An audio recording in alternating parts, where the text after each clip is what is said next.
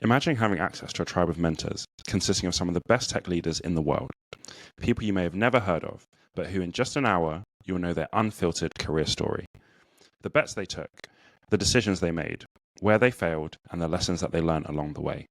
Welcome to the What Makes You Tick podcast. Hi, I'm Tolu, aka the Podfather, and I'm the host of What Makes You Tick. And I am Richard Washington. I am the founder of Tick Talent, and we are delighted to sponsor this week's podcast, Tolu Podfather. Who have we got on this week? This week, we have Guy Chiswick on the podcast. What did you think of this episode? Yeah, so I'm so glad we got Guy on. I was in a pavilion training about how to become a fractional leader, and Guy was one of the hosts and experts on that panel. And I was just like, wow, this guy has got so much depth. There's so much experience here, but also just a lot of honesty and down-to-earth nature in terms of the way that he thinks about things and his delivery. And it really comes through in this episode. He's got a very normal path, right? Not coming through like being a sort of tech superstar, rock star. You know, he worked in pubs. He was a lecky. Then he worked in media, and then he broke into tech, and then he's had a whole career in tech, and now he helps businesses in a fractional way. So I think he's got one of these brilliant stories that's different, that's going to give people a lot of clues as to how they can navigate their own career, even if it's not the normal, linear, expected path. How about you? What did you enjoy most? Guy's just a really cool human. Learned entrepreneurship from a young age because his parents actually owned the pub and did up the pub that you were talking about. And that's just kind of seen him all the way through his career in terms of like a really good foundation. But yeah, I agree. Like he's got a really interesting way of thinking about things. He's a really, really good communicator. And yeah, just his thoughts on fractional were really thought-provoking for me. So yeah, I really enjoyed talking to Guy. Absolutely. So I think we're going to spend probably the first sort of 20 minutes talking about Guy's early days and what led him to being the kind of leader he is today. And then we get into some nitty gritty around how to be an exceptional leader and help in the world of startups. So without further ado, let's roll the VT. Guy, welcome to the podcast. Thank you so much for joining us. No, it's my pleasure. It's great to be here and yeah, looking forward to our chat. I am very much looking forward to it as well. So the first question is, Guy, what makes you tick? So I was thinking about this in terms of personal and professional. So the two are very interlinked. So I like learning. I like learning about things and how they work. I like building things. So be that when I was younger, it was skateboard ramps and BMX ramps and then bikes and I like taking things apart and putting them back together. And then latterly, so it was houses, building things and doing things up. So that piece around learning, that piece around, I guess it's growth, building things and doing new things, and then applying that to my professional life, it's very similar in that when I think about the things which excite me the most and where I get my energy from, it's that piece within the workplace and within work stuff, learning how things fit together and working out how to fit them together better and make them work better. Be that people, processes, systems, and that curiosity piece. I think that's why again I was naturally drawn towards sales, because sales is it's communication and it's asking questions. And so if you haven't got a curious mind, then you'll struggle within a sales environment, which is about asking questions, learning, and then working out how you can then help solve those challenges and provide a solution for them. Within all of this, actually, in terms of what makes me tick, it's interesting because often when you're doing projects, you think, at which point do you think do you enjoy the most? And it's often that middle piece where you're sort of lost. And I remember speaking to a media planner about this years ago, and they were saying actually they really enjoy is when they're working on a brief and they're trying to find what the solution is, but they just can't work it out and they're lost. And then that chink of light will come and they'll find the way through. And it's often at the end of a project or end of doing something, you look back and you think, Jesus, how did we get through that point? But actually, that's the most fun bit. It's that getting lost and then finding a way through. So And I think within that, it's this piece around, I guess, creating calm out of chaos. So creating some order. And when I think about that within a work environment, again, it's that piece around building systems and processes and working with people to help things work better, which ultimately I think all leads back to this piece around growth.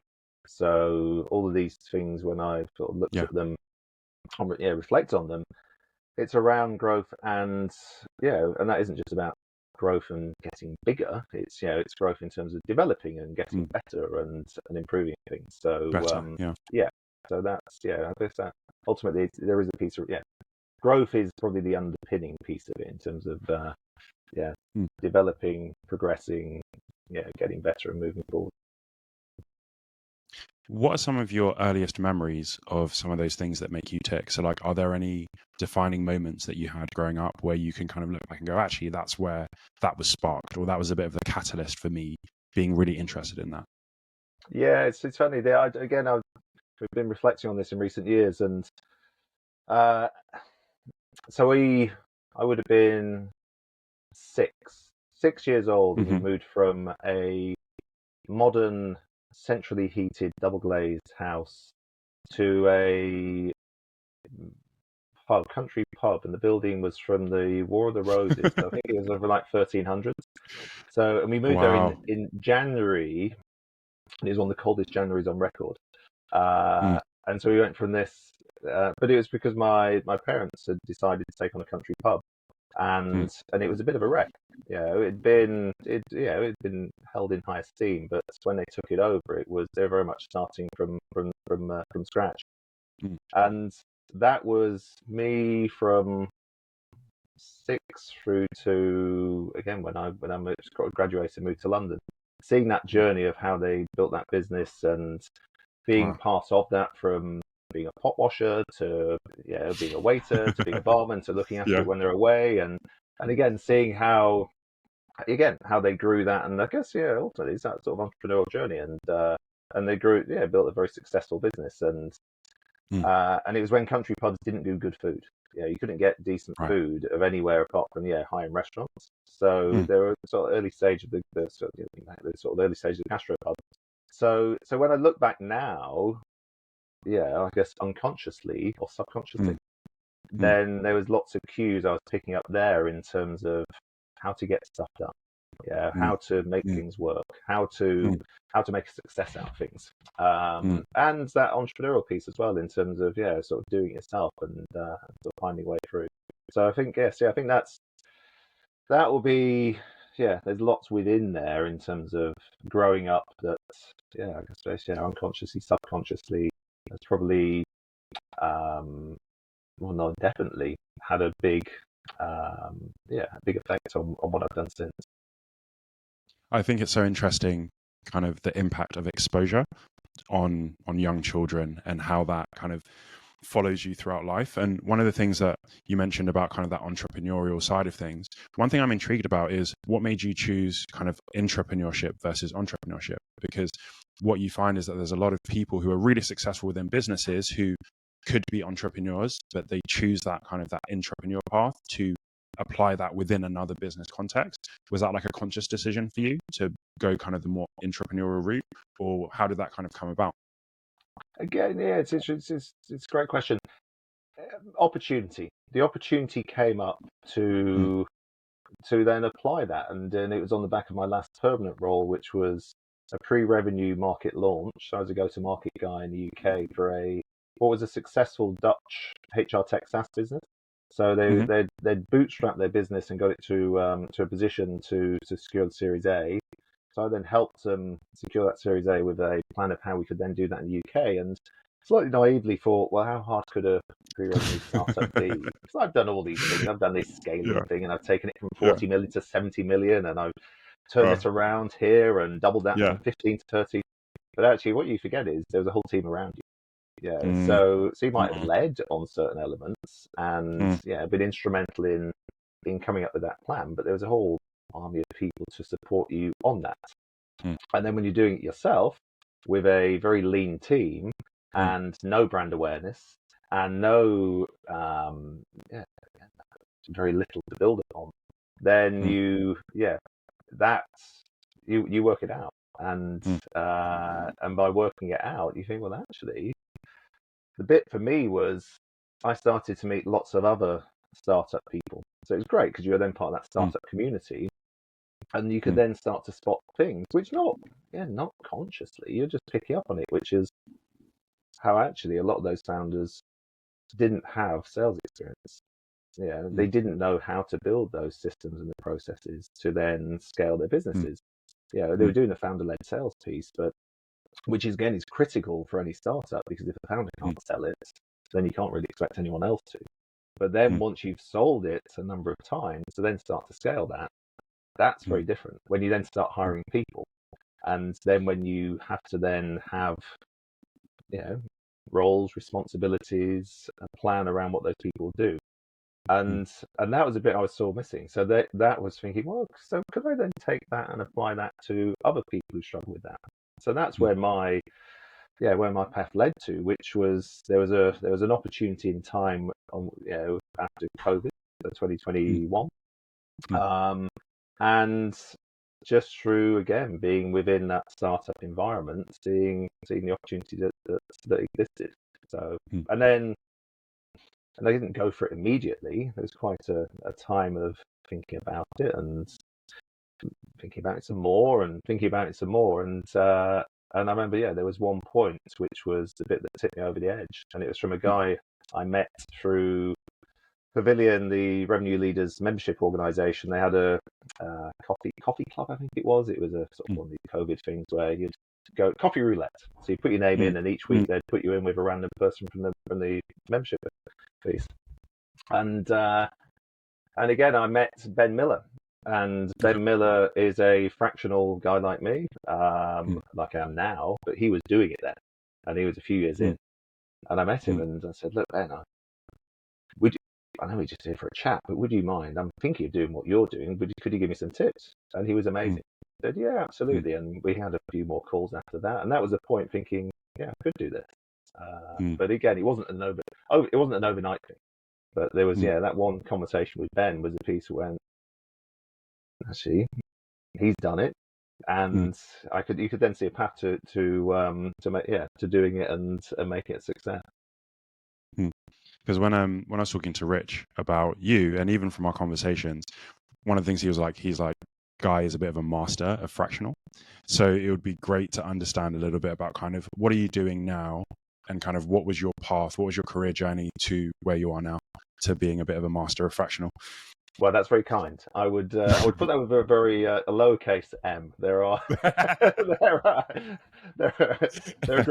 more masterful people than me, but look, I've got 2 years now of delivering multiple projects for different businesses at different stages, and starting to build some systems and some process around that. So I wouldn't say I was a master, but I'm pretty good. And again, what led me to that was, that start point in the pub. So did the whole pub thing and involved in that, and that took me through. That was until I finished university. University, did a bunch of jobs there, bar work, sort of a semi-failed club promoter. We had some great nights. You couldn't make any money. I think that was very much a lifestyle pursuit. But we did have some fun nights. And actually in the summer, then I was an electrician's mate for 2 years. So I've never wired a plug before, but it was through a friend. A friend of a friend had got a job on this building site, and I managed to bluff my way in, and it paid fantastically well. But I think they were expecting someone with greater skills than I brought, but I learned pretty quickly. The first job I had was with Haymarket Publishing, and it's when I look back now, I can start to see again the learnings that I've got and what shaped me. And so Haymarket was a business-to-business publisher.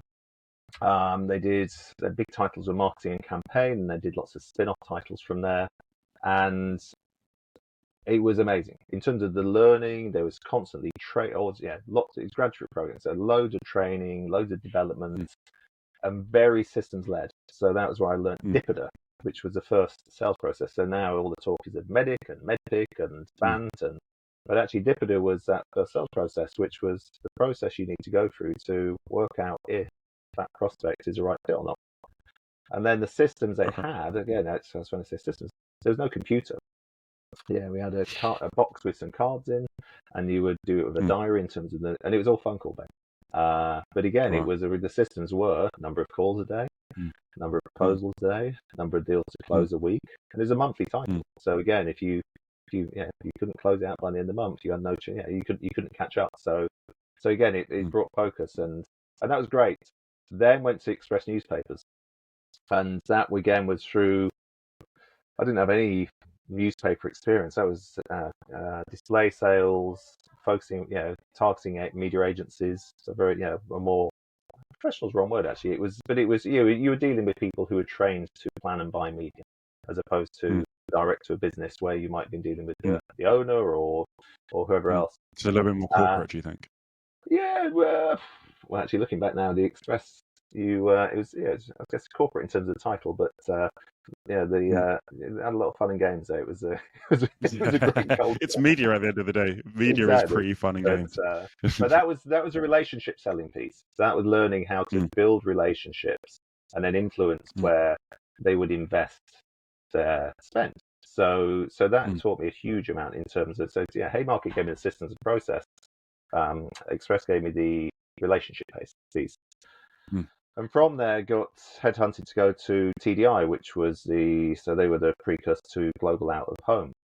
So buses and underground. And again, they were looking for people from newspapers who could then help them in stealing market share from the other out of home. Well, actually, not out of home. It was from newspapers, magazines, radio, TV. So they wanted people to go in and use that relationship piece with the agencies. So again, that taught me the piece in terms of how to Express was you were competing against the other press titles. So this was then again having to build relationships and then compelling reasons why they should invest. And I had a fantastic time. That was that started as sales, and then that was where I built the basis of sales management. I ended up after a few years being head of agency sales team with 20 odd people, and again it was big budgets, but again great fun. Very again systems and process, and I remember when we went in, it had the formula for success, which came from the US, and the first one was 5 meetings a day. So again, it's London agency sales, so you're supposed to five meetings a day, follow up within 24 hours, always be selling, no drinking at lunchtime. So again, within the media space, this was quite unusual. It's controversial. Yeah. But again, looking back now, those systems and processes, which that's what they drilled into everyone. And Clive Punter, who was the MD when I joined, who'd been the sales director, Laura Doughty, who was the sales director of that, again, just followed that process and was hugely successful on the back of it. So again, subconsciously picking up on this in terms of how it's done. Then did a short startup after that. Dunnhumby. Dunnhumby got approached too because they had Tesco's. They ran the club card for Tesco, and they had an initiative which was to bring all of the media in house and create a Tesco media channel powered by the data. So they needed someone to go out and sell this to the agencies, and this was really attractive because again, it was taking me from quite transactional selling into data, digital. E-commerce with Tesco.com. So I spent about 3 years there, and again learnt a huge amount in terms of the industry and how, and again that data and digital piece, which has been super beneficial since. From there, went to Web Loyalty. Again, Web Loyalty was approached about that because they were looking to, again, mostly grow what was already a successful business, but scale it. And their target was e-commerce retailers. Again, I had that experience with Tesco.com. I understood how that worked. I had relationships there, and had an amazing 7-8 years there. Again, fantastic time working with Martin Child, who was my boss throughout, and had a great team, amazing team around me, and again what I learned from Martin was focus. Just work out what it is you focus on. Yeah, and he was very much, what are the three things we're doing? Yeah, what's the distraction? And be aware of the distractions, but really zone in on what it is you need to get done. And was very successful on the back of it. And then that led to Speak Out, which was the last permanent role, which I touched on before. So the HR tech SaaS business, and again worked with two amazing founders, Owen and Patrick, and again was given freedom to work out how to make it work in the UK, whilst Owen went off to the US and worked very closely with Owen. So he was doing the US and again working through a lot of the same challenges, and Patrick in the Dutch office, and again really understanding how that piece works, working with a business in another country where the parent company sits somewhere else, and you're having to then again navigate that what can be at times, I see it now a lot with businesses where they'll have the owner or the founder or the parent company sits in another country, and you get the cultural differences, and things can get lost in translation. And so again, how to find navigate that path through there. So again, looking back now, there's different pieces at different points which have led me that support me now in terms of what I'm doing with my fractional business. But that piece, I guess, systems, processes, focus, where to focus, where not to focus, clarity around your positioning, what you do, what you don't do, and then working with great people. So, which again, I think that working with great people, that's also the thing I love with the fractional side, because I get to work on multiple different projects. And again, startup scale-up founders are great fun. Got great energy. Again, great energy and vision, and so again, it's sort of a pleasure to work with them because you learn, but also you're surrounded by that energy that comes from them, and again, it's a lot of fun and get a lot from it. I wanted to go back to something that you mentioned. So you said that there was a point where you were leading a team of 80 people. So what I wanted to understand was, what were some of the lessons that you learnt in leading such a big team, and what were some of the adjustments that you had to make to be able to successfully lead such a big team? So what was aware. I mean, my thought was ultimately about 100 people, but there was a matrix function within there, and there was the direct piece. So, and I remember from dunnhumby, that was a very matrix business. And I really struggled with that, having gone from where you could call the shots in terms of what you're doing, you could set direction, to then having to then work with a matrix function where you don't have direct responsibility. You've got to then have a clear plan. You've got to build relationships. You've got to then work out how to influence. And ultimately, it's like sales. Sales. You're having to work out who the personas are that you're selling into, and actually how those personas work differently. And and someone within a matrix function who reports into someone else who isn't directly responsible to you, to influence them to then help you get something over the line, ultimately it's relationships are the critical part. The direct piece, again, you can't just tell people what to do, because generally people don't like that, quite rightly. So again, with that, it's about how you involve them in building that vision.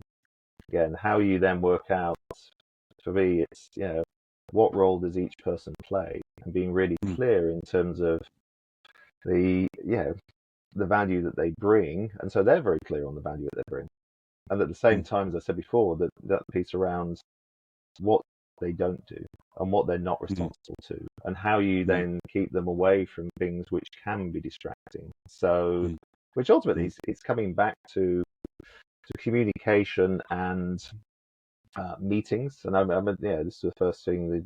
Going back now to the Express. The Express, there was a meeting every morning, and it was brutal because every morning the ad manager would get the newspapers out from the day before, and they'd go through the ads and say, "We got this one. We got that one." And if you didn't know, or if you didn't have it, or didn't know why, that would be pretty brutal. So you needed to be on your game. But every morning you knew what you needed to do, and then every afternoon you knew what you needed to set up the next day. And TDI, again, I remember my memory from there was the Monday morning meeting. Monday morning meeting, which was, it set the tone for the week. It brought everyone together, and it gave people a clear vision of what they're doing. So I've continued with that in every business. I've always had a Monday meeting, and always had every department update each other of what they're doing. So a clear brief in terms of what you need to talk about, but and then on top of that, it's the team meetings, it's the one-to-ones where again you start to draw it all together. So everyone then stays online and everyone stays informed, and so the team meetings where everyone can then join up, the one-to-ones where you can then start to drill down and get into detail. And so I think for me that piece is the critical part is it's having a clear plan, it's communicating that plan, it's then having building relationships with people so that they'll support you on doing that. Make sense? Yeah, I think that makes sense. And I think one of the things that I wanted to dig a little bit deeper on is you mentioned about the matrix structure management, and it sounds like there's actually quite a lot of crossover between the matrix management and even some of the fractional work that you do. So what I was wondering was, what are like some really practical tips that you would give to someone who is in that kind of that matrix situation where you're not directly responsible for people, but you still have to execute at a really high level and get stuff done? What are some practical tips that you found really effective for leading in that kind of structure? And where I see that kind of link into fractional is that sometimes you're not going to be in the business for the whole time. You're not going to have some of that kind of direct authority. So you have to really learn how to get things done through other people really effectively. So what are some really practical tips that you would have for someone who needs to do that? So I would over communicate is one. And the over communication piece is critical because number one, if you're in for 3 days a week, so fractional for me is you are doing the permanent role for a fraction of the time. So with some companies I do that for 1 day, but that's around very specific things. But usually it would be at least 3 days a week where you are ultimately delivering that full-time role. So the piece there is most people forget you're only in for 3 days. They assume you're in for 5. So you're having to remind them, here's what we've achieved. So your main stakeholder, make sure you have a plan and you agree the KPIs of what you're going to do. And this again comes back to agree on what you will do and be clear of what you're not doing. So avoid project creep where you can then start to get brought into different things. Because ultimately you're there to make an impact in a concentrated period of time around some specific goals. So if you get distracted, if you get drawn up into different areas, and that limits your ability to deliver on those KPIs, you've got a problem. So you need to manage that. So that's both communicating up, across, and down. The other piece is again comes back to this clear project plan. So I've just been working on one this morning, and it's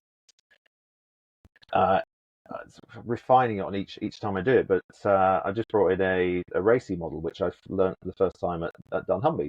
So that's looking at, again, within a project, who's responsible, who's accountable, who's a consultant, who's the informed.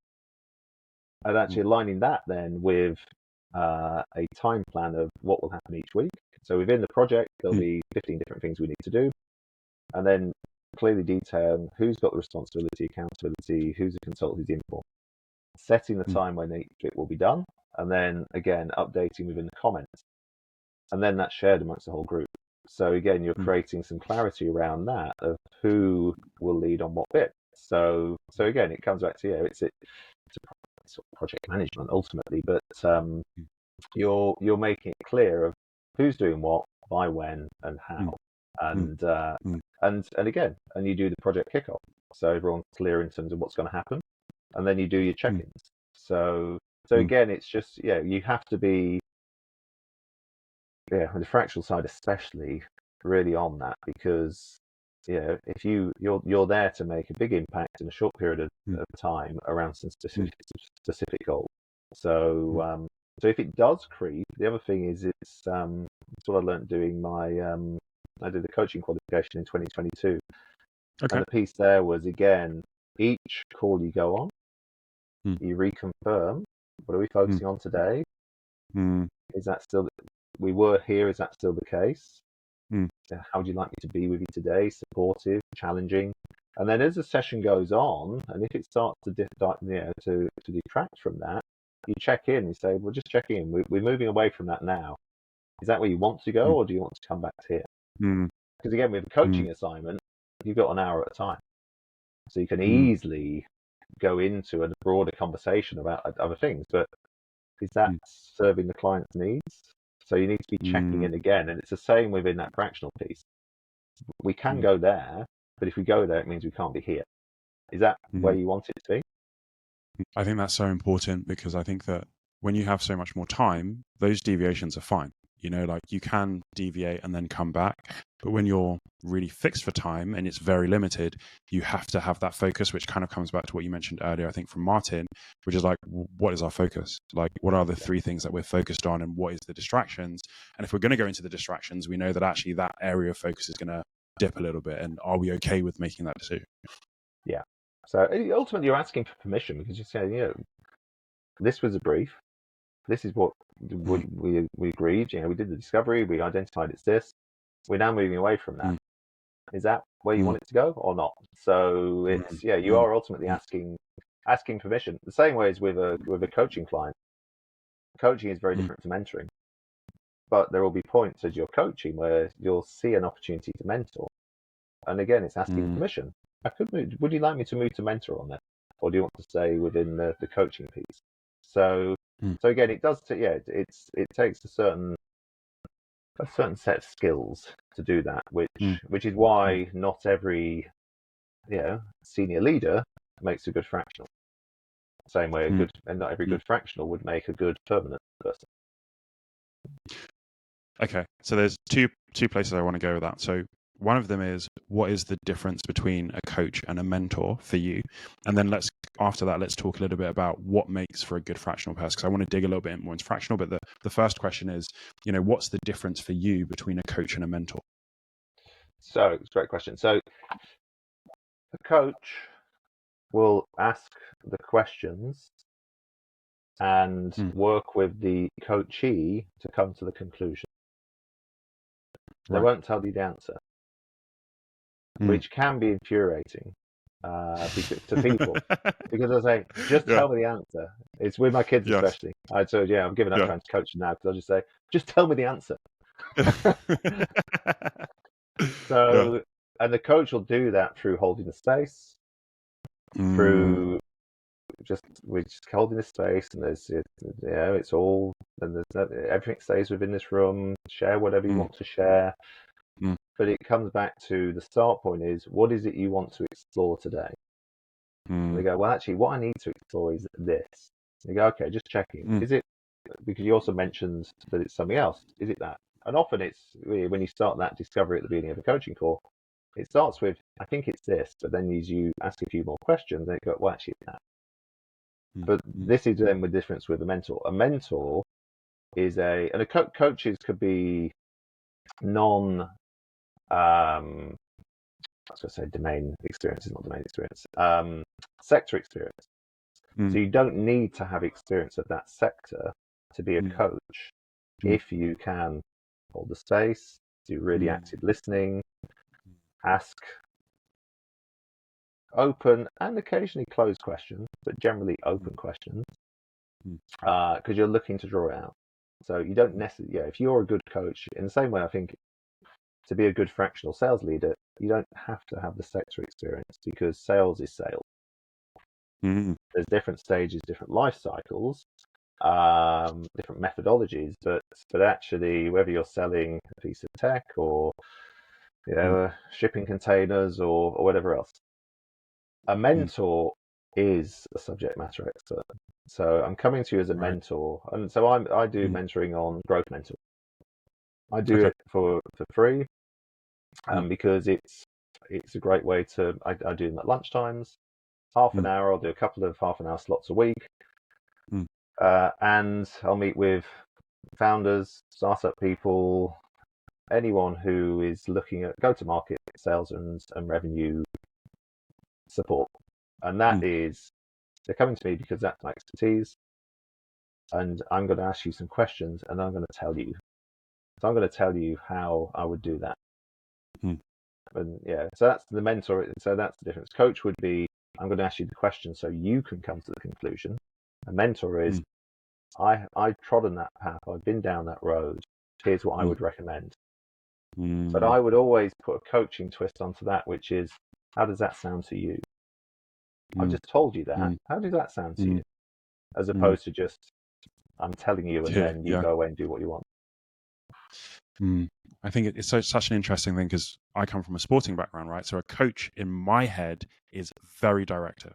You know, this is what we're going to do. This is how we're. So it's interesting to hear the nuance between that actually when we're talking about in this world, but it makes so much more sense. And I think when I think back, I think good mentors will also help you to start to think that way and not just give you the answers of what you need to do. And that's why I really like what you said about the coaching spin in terms of asking the questions to then get people to process it for themselves. And then that becomes part of how they think. I think that's really, really powerful. Yeah. And I guess an example would be with a coaching call with someone about sales, they're going, well, I'm struggling with this. Oh, and you ask generally open questions. And and that might be open questions which take them back. Okay, have you come across it at any other points in your life? Any work, personal life? Okay, well, you just mentioned that. Well, can you expand on that? So and you don't, that could be in a 10-minute conversation. You can just asking the right questions and listening. Then you can move very quickly. But the mentoring would be, okay, I hear what you're saying. I was in a similar position. Here's what I did. How does that sound to you? So you're again, and the two can get very blurred, but I will consciously, if I'm mentoring, I'll say, look, mentoring is a bit easier. You can introduce coaching questions into mentoring without it, in a positive way. Without overstepping too much. Yeah.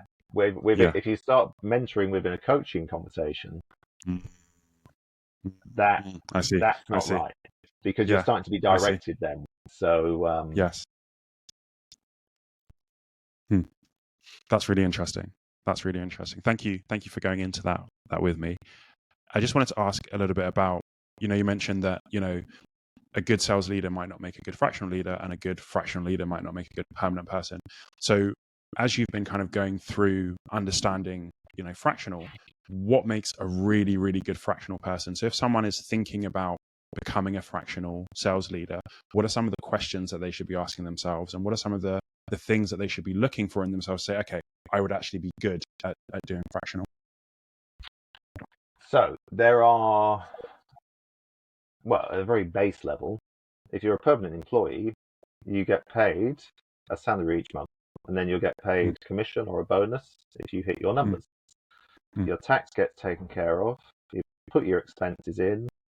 You turn up to an office. You don't need an accountant. You don't need to worry about where you're going to work. You don't need to worry about paying your VAT. If you're a fractional, you're running your own business. So you could do self-employed or limited company. Limited company, then you're potentially, you've been doing VAT, so you need an accountant. You need to think about cash flow. So, because in terms of what you're spending, where you're spending. Once you've built up a buffer, then you can, be a bit more relaxed about it. But, you will always have so much runway, which is the same within a permanent role. Permanent role, you'll get a certain period of notice if you get fired. And again, within the revenue leader piece, and this was partly in my mind when I moved into fractional, the average life of a CRO, VP, I think it's CRO, senior revenue leader, sort of CRO, VP sales space, is, I think it's 15 months now. It was 18 months. Yeah. Wow. And that was 18 months in 2021 when I was first told that stat. So it's gone down to 15 months now. So there's a wide range within that. There's a wide range. So looking back, I was 3 years at SpeakApp, and then I stepped into this. I was 7.5 years, 8 years at Web Loyalty. I was 3 years at Don Humphrey. So again, I've managed to ride the wave pretty well. But if you think about that, you will, at some point you're going to get chopped.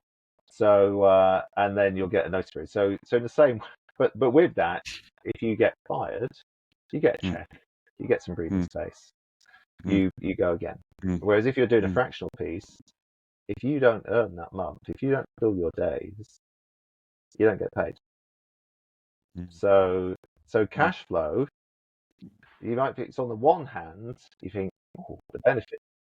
I love the idea of working with different companies, being my own boss, having a level of flexibility, working with the people I want to work with, from the areas I want to work from, But the reality is, if you don't get those jobs, you don't get paid. So that is at the base of it. Are you comfortable with that? Especially if you have a mortgage, car finance, dependents, school fees, whatever it is.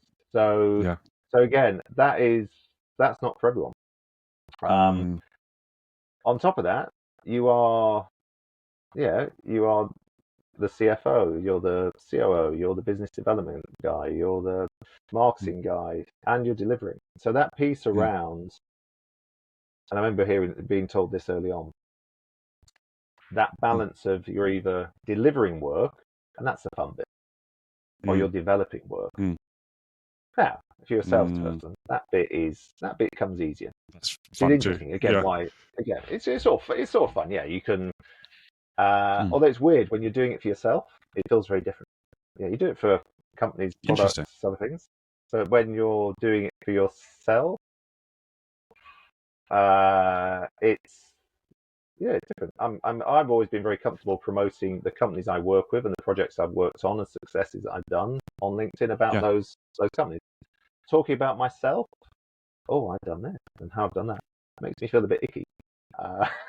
Okay, tell me a bit more about why it's different. Like what is it that because you think you. makes it? Yeah. Okay. It's you. Okay. And I who was this? It was recently actually on a project which I just missed out on. Which is another thing, which is just quickly coming back to that. What's the difference between a full time and a fractional? Full time, you will occasionally go for job interviews, and you'll occasionally miss out, but you're not going all the time. And job interviews are quite stressful. Yeah, they're taking a lot of time. You get emotionally involved. At some point, you're going to have to get emotionally involved and think about sitting at that desk. Otherwise, you're not going to be sort of, I guess, authentic. But you miss out less because you're going for less. Fractional, a bit like being an actor. You'll be talking to people all the time about opportunities. And most of the time, it's either it's thanks for the interest, thanks for the input. Project's not moving on for now. We met someone else. The chemistry was better. So you spend a lot of time on things where they don't go anywhere. So you have to be used to missing out and not getting them. So that's another thing. And I just lost track of where I deviated from on there. So the question was. So we were talking about, what makes a good fractional person and what are some of the questions you should be asking. So we've spoken kind of about, the risk factor in terms of, you're not going to get paid necessarily every month. The entrepreneurial factor in terms of actually you've got to be like doing all the other business side of things that you wouldn't normally have to do. You've got to be happy with knockbacks. You've got to be, because you're going to miss out a lot.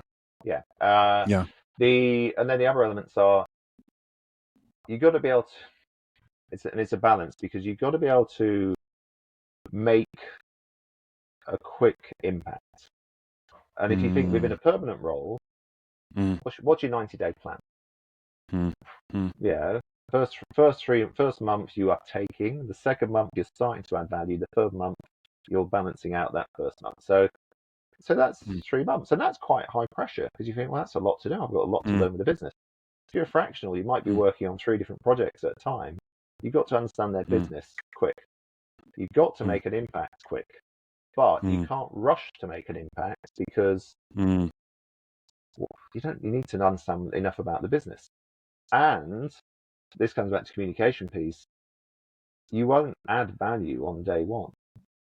You won't add value maybe for a few days. It's going to take a few days, a handful of days to get perspective. So you need to manage that with the client. And when you're being paid by the day, you do feel the pressure to deliver each day. So I'll often say to clients, look, Yeah. I said, we're going to spend the day together. We're going to spend this today and the next few days together. Don't expect any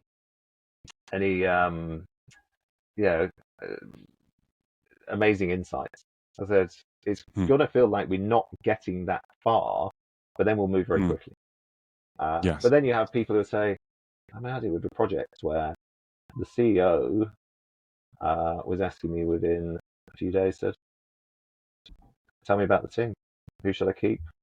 Who should I move? I was like, I've been here for 2 days. Wow. Pressure. I was like, I can't tell you that. I'm not going to be able to give you a valid opinion of that. I said, but give me a week and I can give you an opinion. So you have to, and which obviously, and all these things you have to do in a full-time role, but you get, there's a little bit more space at the beginning within a full-time role. When the pressure starts to ramp up, it's tough. Yeah, even if you're just in one role, then it's a tough place. But you get a bit more grace at the beginning. And with a fractional piece, you don't get that grace. So you need to enjoy the variety. You need to be able to context shift depending on how many projects you're working on, which, again, I initially thought I could do lots of different coaching briefs. As soon as you start context shifting more than twice in a day, for me, that's challenging because you're going, fuck, to there. So you need to be able to do that, but then you need to be able to also manage your time, which is because you're going to take, certainly in the early days and later, you're going to take all the work that you can get. So you need to be able to manage that so you can be on top of it and add value. So so I guess there's 4 or 5 things in there, from the basic fundamentals. You're running your own business, cash flow. Can you afford to pay yourself? Can you remember to keep, if you've got a good accountant, he's going to remind you've got a corporation tax bill coming at the end of January. And that's that can be quite hefty. If you spent all of that on marketing and an event through December, you've got a problem. So you've got the fundamental piece there, you've got the mindset piece, you've got the context shifting and be able to do it, you've got the communication piece. So I think there's definitely you need high IQ and EQ to make that work, because you're working with multiple different people. Again, if you're a permanent role, you're working with that team. If you're doing it, it's all the same you culture. might be working on 2 or 3 different projects. But it's different people.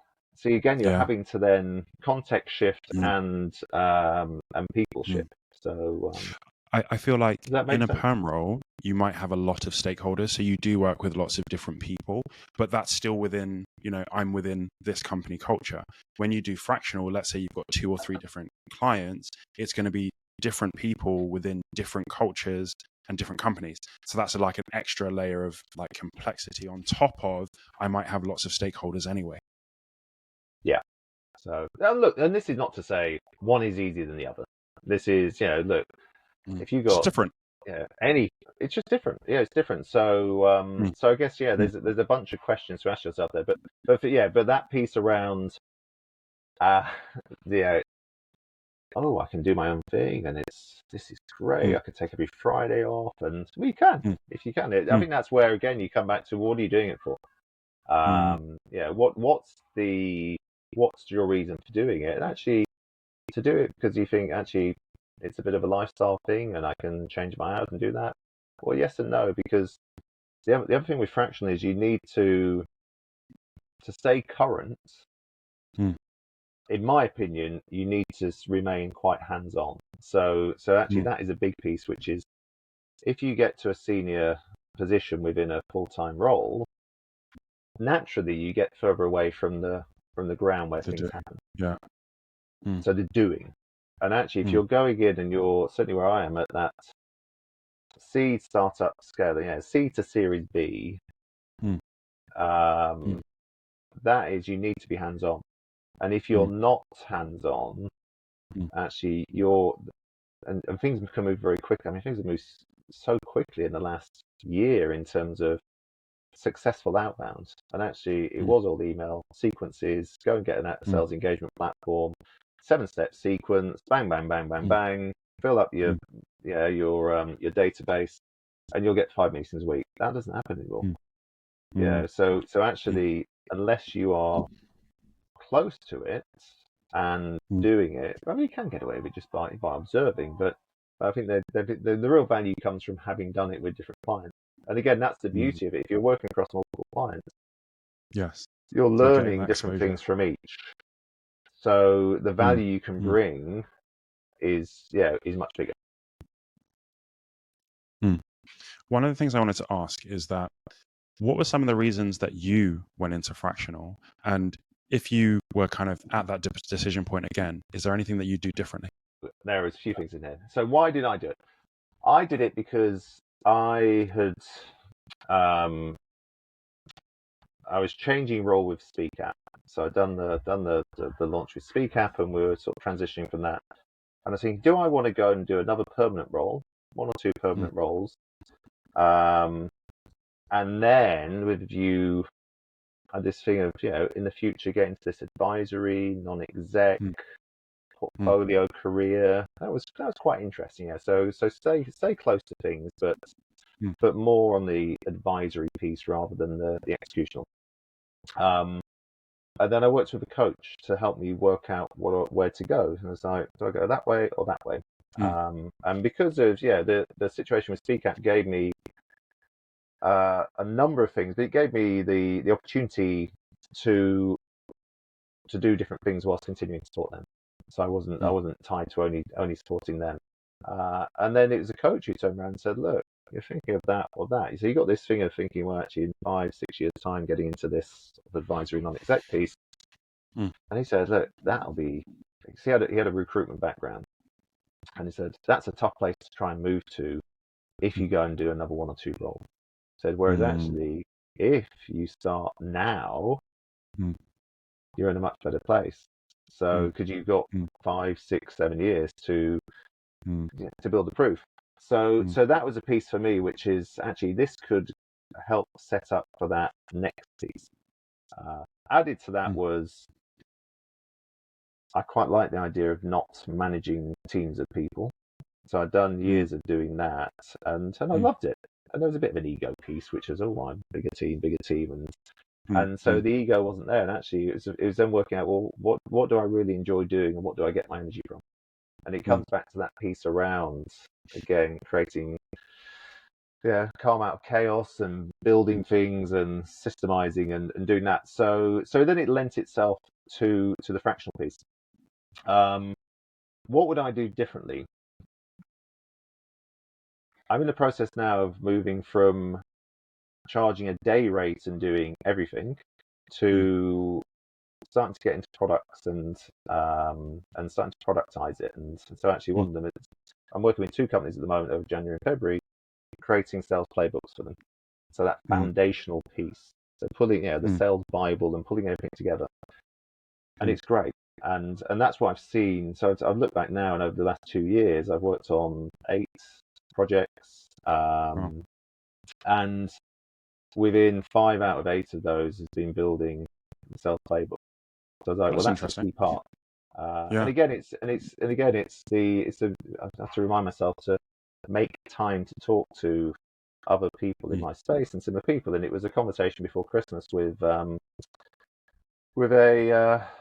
friend and a fellow sort of fractional, actually he's not fractional, he's a go-to-market and recruitment guy, but Matthew Codd, and he said, product, that's where you want to be, sell product. And I thought, I'm not going to build products because, one, they take a lot of work. And so do I want to spend all the time building them to find out people won't buy them? So I was like, it's a lot of effort, and actually people might not buy them. Yes. So actually go and do it and work out where the demand is. The need is. Yeah. And there's also a piece which is, can I sell my day? Can I max out my day? So I sort of did that, and now it's starting to build that product piece, and that's really interesting because you can start to build, and you refine it each time, but so you have the templates, which means you can move quicker. So the client gets the same value, but you can move faster and deliver more. So it's interesting. Would I go back and create products? Well, if I knew what I knew now, yes, I would. Yes, but you only learn by doing it. So so I would say, productize sooner, because then you can start to it's easier to grow It's easy to on scale. that as opposed to selling. Yeah, but rather than selling your day, you sell your day rate, you can only ever put the price up, which there's only a certain amount of elasticity within pricing when there's lots of fractions out there. Kind of as we start to close, just to round up what you said about what makes a good fractional person, it was kind of understanding that you're going to have to do a lot more of the business side of things, the back end stuff, the accounts, all that kind of stuff. It's knowing and having a mindset of it's okay that I'm going to go for more things and get rejected more. Over communicating with whoever you're working with, so that actually people can remember the fact that you're not there 5 days a week. You can keep that focus really well aligned with what's going to be happening, and then also like figuring out how to have an impact really, really quickly. Is there anything else that you would add to that in terms of what makes someone a really good fractional leader? Yeah, so I'd say whether it's about making them a good fractional leader or just successful at doing a fractional piece, and it comes back to this piece around you need to be having regular conversations and managing that project delivery, and the business delivery, business development. So, and that's quite skill. And there's very few fractional people I speak to who've got that right. Because actually the fun piece is delivering the business. So you need to be, you touched on the LinkedIn piece, and I need to get better at that in terms of talking about myself on LinkedIn, because it's ultimately people are buying me, not the companies I've worked for. So you need to, I think you need to at that. And again, I speak to lots of fractional marketing, fractional sales leaders. They generally all feel a bit icky about it because it's talking about you. And at the same time, so similar stuff, building on that is this piece around brand networking. So you need to be out. You need to be out, and you need to be talking to people. Just talking on LinkedIn isn't enough. So get to those events, as many events you can get to, and speak to as many people you can speak to, and have your clear and crisp value prop that your elevator pitch you can trot out. And when I think to more than half the work that I've done has been through introductions or referrals. So, and which has come from meeting people. And again, I can think of August 2022, I went to a pavilion dinner and had the pleasure of sitting on a table that Nicola Anderson was hosting. We had it was a really fun table. And out the back of that she was at my tutor at the time, and we got talking about coaching and said, maybe you could do some coaching, you could help us with this. And we met for a coffee, and then said, well, actually, we're struggling to hire a commercial director. Could you have a look at the brief? And from there, then I did a 6-month project as their interim commercial director.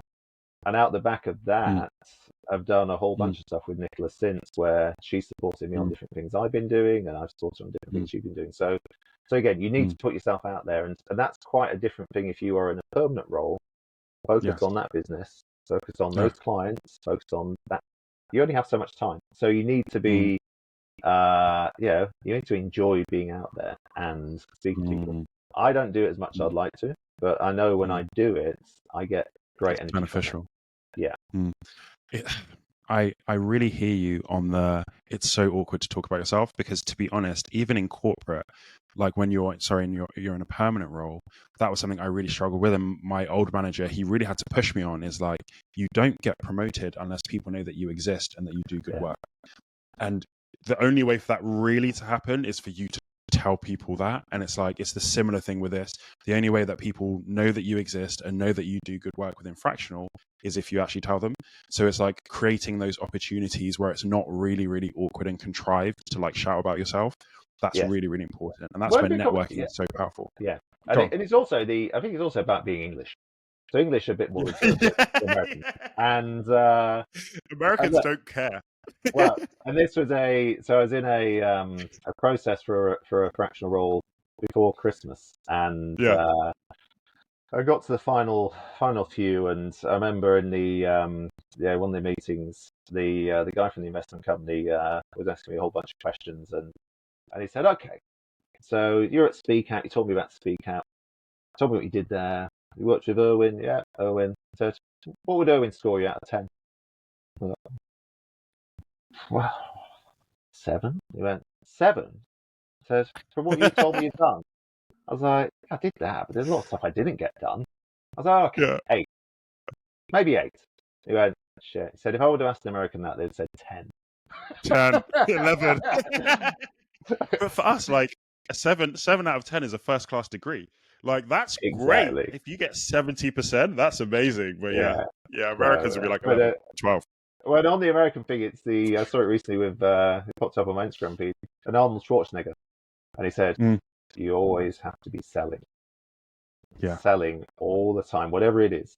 You just sell yourself. And he put it to his success as an actor. He was willing. He didn't have great films. Like Terminator was amazing, Commando, but he did some not so great ones. But he was out there and he sold it. So you just get out your comfort zone and do it. So, and if you aren't comfortable 100%. with that, you're going to struggle because you need to be making those connections to get you those briefs, to get you those opportunities. You're so right. It's like against everything that is British. It's so like against our core values, but it's like actually that's what makes people really, really successful. It's even just exposure.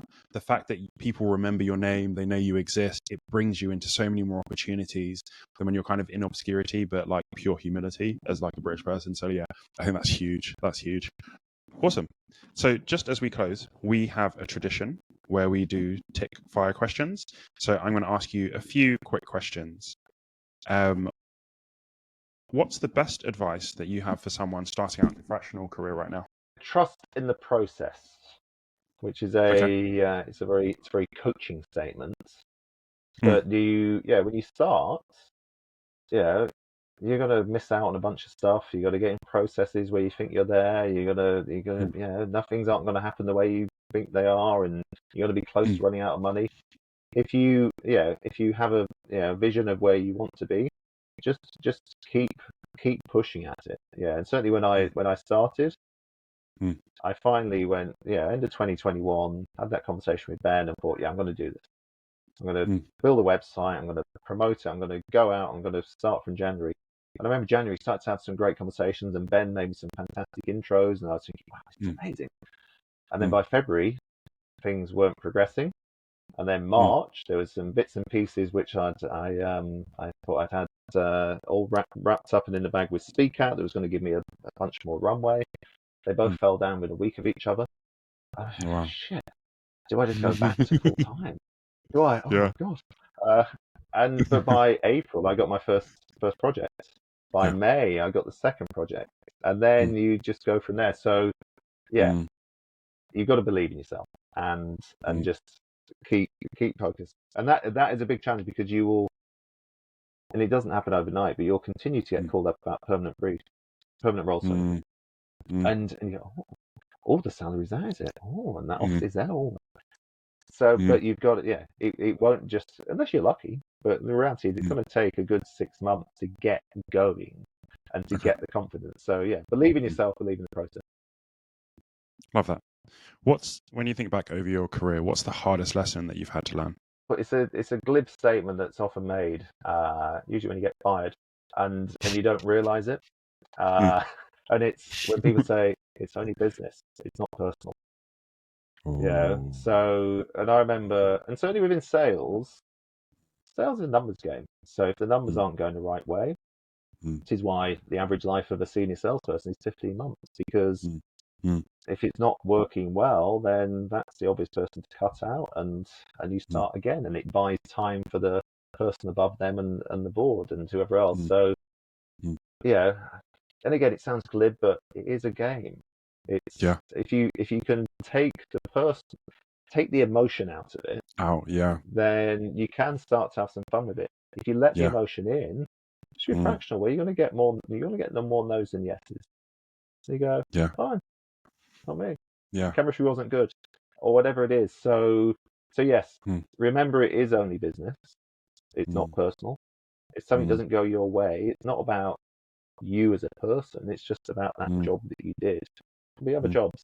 So, and if you can think of it, as a bit of a game, then actually you can have a bit of fun with it. Obviously, it's a high stakes game because it's what pays you to live. But high risk, high reward. So that would be my advice. It's don't take it personally. And certainly in those early years, I'd miss out on you miss out on promotion, and you'd be crestful. But actually, you stick with it. I remember the first big promotion I missed out on. 4 months later, I got a different promotion, and then that led to all sorts of things. So, yeah, it's take a long-term view. I absolutely love that, and I'm a big fan of just playing the game. Like, play the game. It's good fun, and if you do it the right way, you will enjoy it, and it will reward you. So I love that. I love that. And the last question is, what's next for you? I still want to be doing days because it's fun being within a business. So my goal would be to have one client for 2-3, ideally 3 days a week, where it's a proper fractional role. So you're doing the 5-day job in stream, and then the other 2 days delivering projects, and then see where that goes. Does that balance shift? But I think if you start to less than 3 days, if you're doing a proper fractional role, it's harder to make an impact. I think 2.5. You could do it in 2.5. So maybe it's 2.5, half and half. Yeah, because then the projects is really interesting because, again, each time you do it, you're refining it and you're updating it and you're making it better. Yes. So, but you can, you can then start to deliver greater impact in a short period of time because it's just around fixing that one thing. So whether that's a sales playbook, whether that's a management coaching performance program, whether that's the onboarding training piece, whether it's your CRM, and it's interesting actually, the RevOps piece. Natalie at RevOps Automated built an amazing business out of revenue operations. And when I look at that, there is a very light version of that, which is sort your CRM and your pipeline and your processes out so that you can then manage that. And so again, so I think half and half fractional days, half projects is a goal for this year, and see how that can develop. Awesome. Guy, thank you so much for being on the podcast. Your conversation did not disappoint. It was more than I expected, so I really enjoyed our conversation. So thank you so much. Thank you. That was an absolute pleasure. Really, really enjoyed it, Tony. My pleasure. And thank you guys so much for listening, and see you on the next episode. Thank you guys so much for listening to the What Makes You Tick podcast. I hope you've enjoyed this episode as much as I enjoyed shooting it. Absolutely. There's so much value in hearing a tribe of virtual mentors telling you their career story and what it took to be successful. And that's the outcome of this podcast. If you like this and you've learned something, we also have a weekly newsletter on LinkedIn called Growth Magnet, which is everything to do with scaling tech startups, performance, and leadership. So we'll put a link in the show notes. Make sure you click it now.